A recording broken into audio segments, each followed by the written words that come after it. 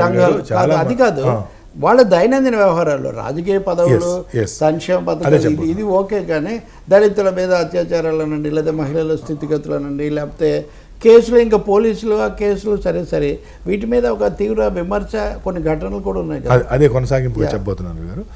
ఇంతకుముందు ఏ పని కావాలన్నా సరే ఆ గ్రామంలో ఉండే సర్పంచ్ దగ్గర, ఆసామి దగ్గరకు వెళ్ళి చేతులు కట్టుకొని నిలబడి మాకు ఈ పని కావాలండి అని చెప్పాల్సినటువంటి పరిస్థితి నుండి, ఏ పని అవసరమైనా వాలంటీర్ ఇంటికి వచ్చి, అది స్థలమైనా లేదంటే ఇల్లు అయినా ఏదైనా ప్రభుత్వ లబ్ధి పొందేటువంటి పథకమైనా ఏదైనా సరే ఇంటి గడప వద్దకు వాలంటీర్ని పిలిపించుకొని పని చేయించుకునేటువంటి అవకాశం ఈ ప్రభుత్వంలో వచ్చింది. ఇది చిన్న విషయం కాదు. ఇది గ్రామీణ వ్యవస్థలో వచ్చినటువంటి ఒక పెద్ద మార్పు. వాళ్ళ మీద కూడా చాలా ఆరోపణలు వచ్చినాయి కదండి, పబ్లిక్ గానే ప్రతిపక్షాలు మాట్లాడే పరిస్థితి కదా వాలంటీర్ వ్యవస్థ. మీరు సాక్షాత్తు శ్రీరామచంద్రుని తీసుకొచ్చి ఇప్పుడు పెట్టినా కూడా ఆరోపణలు వస్తాయి. ఆరోపణలు లేకుండా వ్యవస్థ నడవటం, అందులో ఇంత బహుళ వర్గాలు ఉన్నటువంటి ఈ దేశంలో ఆరోపణలు లేకుండా నడుస్తాయంటే పొరపాటు.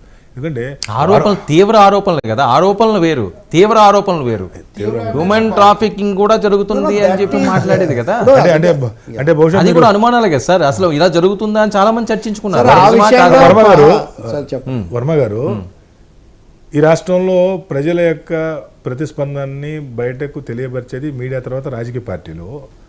నిజంగా అదే ఆరోపణలు వస్తే 5,000 ఇస్తారన్నటువంటి జీతాన్ని 10,000 ఇస్తారని చెప్పి చంద్రబాబు నాయుడు గారు ప్రకటించేవారా? 5,000 రూపాయలు జీతం ఉన్నటువంటి వాలంటీర్ వ్యవస్థ దారుణంగా విమర్శించి, లేదు దీన్ని నేను కంటిన్యూ చేస్తాను, 10,000 రూపాయలు ఇస్తాను అని అనేవారా?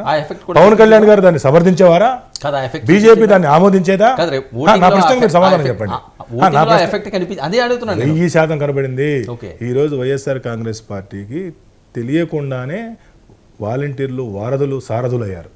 ఎందుకంటే వాళ్ళు ఏ ఓటర్ ఏ పార్టీ వాడు అనేది ఐడెంటిఫై చేసిన దగ్గర నుండి, ఏ ఓటర్కి ఎంత ప్రభుత్వ లబ్ధి జరిగిందని తెలుసుకునే దగ్గర నుండి, ఉదయాన్నే నిద్ర లేపి వాళ్ళని పోలింగ్ తీసుకెళ్లే వరకు అద్భుతంగా. సార్, నేను సుమారు 70 మంది ఎమ్మెల్యేల దగ్గర నుండి ఫీడ్బ్యాక్ తీసుకున్నానండి.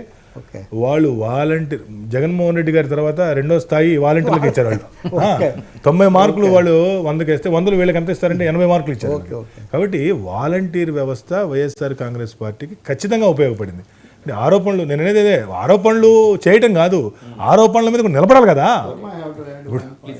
పవన్ కళ్యాణ్ విమర్శలు చేయొచ్చు, ముఖ్యంగా అధికార పార్టీ అధికార దుర్వినియోగం వీళ్ళని ఉపయోగించుకుంది అని. ఒక సమస్య ఏమొచ్చిందంటే 150 మంది శాసనసభ్యులు, 80% మంది 90% మంది స్థానిక సంస్థల అధినేతలు, వీళ్ళందరూ కూడా అధికార పార్టీ వాళ్ళు అయినప్పుడు వీళ్ళు ఎక్కువగా అధికార పార్టీ చెప్పు చేతల్లో ఉండేది ఒకటి.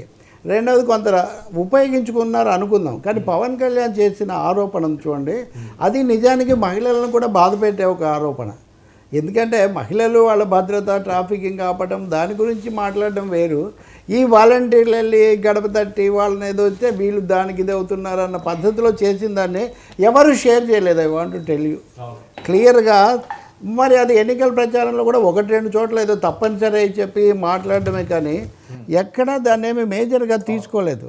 వాలంటీర్ల విషయంలో మటుకు, వాలంటీర్లు మన కుర్రాళ్ళేనండి, వాళ్ళ వార్డు అక్కడ ఉండేవాళ్ళే, స్థానికులే, వాళ్ళు ఎక్కడి నుంచో వరారు, ఎక్కడికి కూడా పోరు.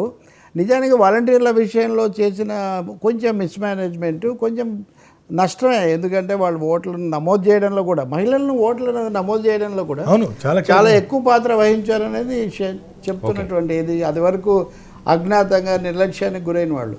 ఇప్పుడు ఆరామ్ ఆస్థాన్ చెప్పిన లెక్క ప్రకారం అయితే ఒక 10 లక్షల మంది దాదాపు మహిళల ఓట్లు ఇంచుమించుగా అదనంగా పడుతుంది. ఇంకా ఎక్కువ వచ్చింది సార్, కనీసం 13% అదనంగా. తెలుగుదేశం పార్టీ కంటే 13% అదనంగా మహిళలు వైఎస్ఆర్ కాంగ్రెస్ పార్టీకి ఓటేశారు.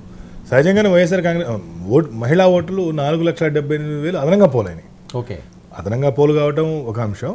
అందులో 13% తెలుగుదేశం పార్టీ కంటే వైఎస్ఆర్ కాంగ్రెస్ పార్టీకి ఎక్కువ పడటం అనేది 2వ అంశం.